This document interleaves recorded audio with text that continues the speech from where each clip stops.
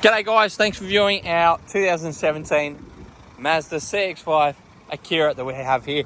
This one here has got the projector headlights, bonnet protector, and is in beautiful condition. Locally owned, Michelin tyres with plenty of tread on them, unmarked alloy wheels. This one does have the window tint and it also has weather shields.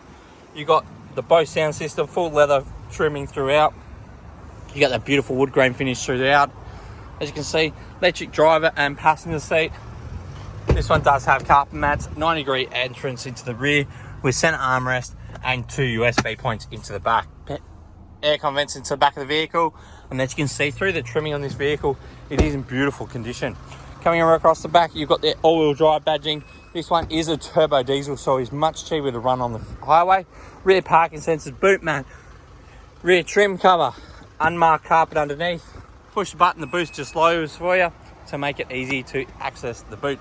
The body on this car is absolutely in immaculate condition. This car has been a credit to the previous owner on how well it's been looked after. You've got 71,000 Ks, heads-up display, reverse camera, so much features into here. You got your satellite navigation, heated seats, adaptive cruise. We look forward to seeing you soon.